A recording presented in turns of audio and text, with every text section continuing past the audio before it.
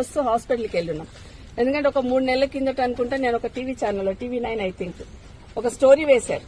ఏమనంటే dialysis centre లో Vikarabad head quarter లో డయాలసిస్ సెంటర్ లో జనరేటర్ లేక అక్కడున్న రోగులు ఇబ్బంది పడతా ఉన్నారు. గంటలు ఆగిపోతా ఉంది. రోగులు మళ్లీ దానికి కంటిన్యూ చేయడానికి ఇబ్బంది పడుతున్నారు అనేది వచ్చిన వార్త. సరే చేస్తారు, వార్త వచ్చింది కదా, ప్రభుత్వం స్పందిస్తుందని అనుకున్నాను. కానీ ఇప్పటికీ కూడా అక్కడికి వెళ్తే ఇప్పటికీ కూడా జనరేటర్ అనేది గ్రౌండ్ చేయలేదు. ఎందుకు చేయలేదంటే ఇది పబ్లిక్ ప్రైవేట్ పార్ట్నర్షిప్ మీద నడుస్తుంది, నాకు బాధ్యత లేదన్నట్టు అక్కడ ఉన్న డాక్టర్స్ మాట్లాడుతున్నారు.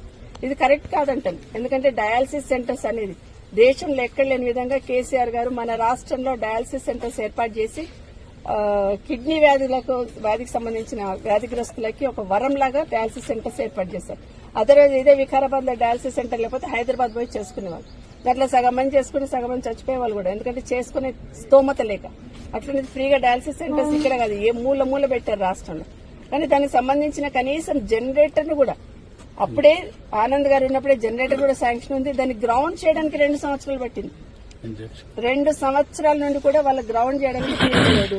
ఇంకో మాట చెప్తున్నారు పేషెంట్స్ ఇప్పుడు పోతే ఇంజక్షన్ తీయాలి, వారానికి ఒకటి, మాకు ఇంజక్షన్ తీయట్లేదమ్మా, 4 రోజులు అవుతుందని. ఇది ప్రభుత్వ చిత్తశుద్ది, ప్రజల పట్ల ప్రభుత్వానికి ఉన్న చిత్తశుద్ది. ఇప్పటికైనా హాస్పిటల్లో డయాలసిస్ సెంటర్లో ఇమీడియట్ గా జనరేటర్ ఏర్పాటు చేయాలి. వాళ్ళు ఇంజక్షన్స్ కూడా ఇవ్వట్లేదు, వారానికి ఒకటి ఇచ్చేవాళ్ళు మాకు అంటున్నారు. అది కూడా ఇమీడియట్ గా ఇచ్చేటట్టు ప్రభుత్వం పైన అధికారులు, జిల్లా కలెక్టర్ గారు కూడా స్పెషల్ కేర్ తీసుకొని చేయాల్సిన అవసరం ఉంది.